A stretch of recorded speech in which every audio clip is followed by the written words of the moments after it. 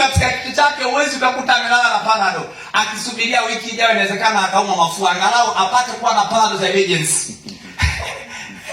Hiyo kitu kidogo kuna namna fulani haipo hivyo. Sio hivyo watumishi wa Mungu. Yaani kwa picha ambayo wewe unamuelewa Mungu huwezi ukakuta chumbani ana emergency.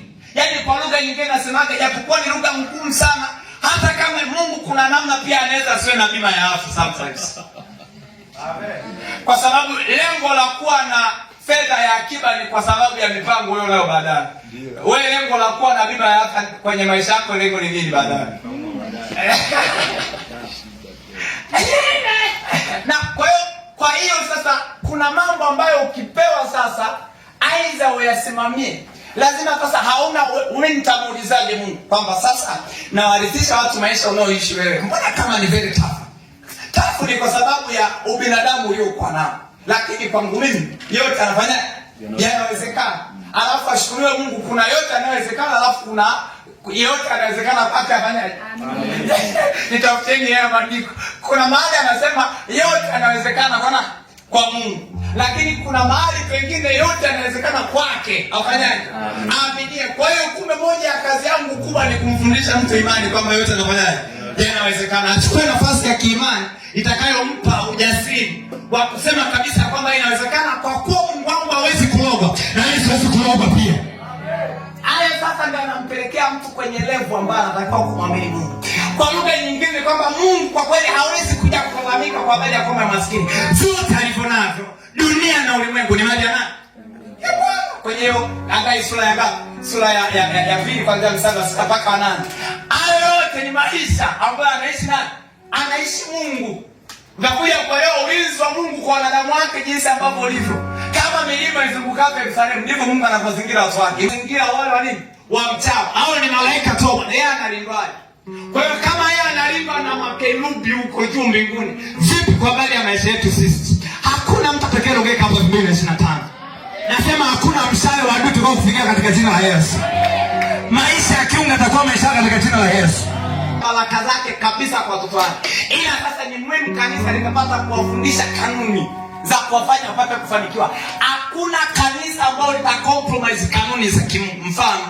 Mfumo wote wa utajiri haupo nje ya mfumo wa utoaji. Hapo sasa hakuna namna. Kwenye kanisa hili tutakuhimiza sana. Hakuna option nyingine. Kwa sababu kimsingi tunataka tuishi maisha anayoishi Mungu. Ifike hatua kabisa kama kwenye Wakorintho wa pili sura ya 8 ule mstari wa 9. Wakorintho wa pili sura ya 8 mstari wa 9. Yeye alifanyika kuwa maskini lakini hakuwa maskini. Alifanyika kuwa maskini ili yeye atupatie kuwa utajiri wake. Tupate kuwa matajiri sasa nini? Na utajiri wake. Kwa hiyo kuna neema ya Mungu ambayo imefunuliwa kwake ya kutufanya sisi tuwe matajiri kutokea kwenye maskini. Hapo kwa yeye kuwa maskini. Na Mungu ameacha hiyo neema, lakini neema haifanyi kazi nje ya kanuni. Yes. Haleluya. Haleluya. Sasa kumbe kama Mungu mwenyewe ameruhusu nafasi ya kanisa likakaa kwenye hiyo misimamo, maana yake ni wazi kabisa ya kwamba Mungu ndo ana vipaumbele vikubwa za sisi kufanikiwa kuliko hata sisi wenyewe tunavyojidhania. Yaani Mungu ndo mwenye mpango mkubwa wa kusiku. Kwa hiyo kanisa tumepewa mzigo wa kulifundisha sasa likapata kumfahamu huyu Mungu kwenye engo yake. Ndio hiyo Ayubu 21:22. Mjue sana Mungu ili wewe na nini? Na alafu ndipo mema atakapofanyaje? Yatakapokutangulia. Yatakapofanyaje? Yatakapokuja. Kwa hiyo kuna nafasi ya kiwango ambacho sio kwamba watu wangu wanaangamia kwa sababu hawaoni. Ila kuna level ya kimaarifa ambayo hawajui ndio wanapata kuangamia. Giza kibiblia sio nguvu za giza kwa maana ya uchawi. Biblia giza ni kutokujua siri zilizokuwepo kwa Mungu wako. Na ndio maana ninyi mmefanyika kuwa nuru, ninyi mmefanyika kuwa maarifa ambayo dunia nzima hayana. Japo ni specific. Ni kufunua uhalisia wa Mungu kwenye maisha ya watu. Hicho ndicho ambacho kilichokuwa. Wakati mwingine sio kama kwamba watu hawezi kuishi maisha matakatifu, ni kwa sababu hawajafunuliwa Mungu aliyekuwa halisi. Wakaona uzuri wake. Wakasema kama baba yangu anaweza akawa hivi, vipi kuhusiana na mimi?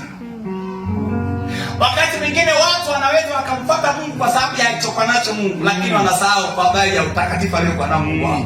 Lakini sasa utakuja kuhakikisha hawawezi kumtaka Mungu wako kama hawajamthibitisha ya kwamba Mungu wako ni tofauti na miungu mingine.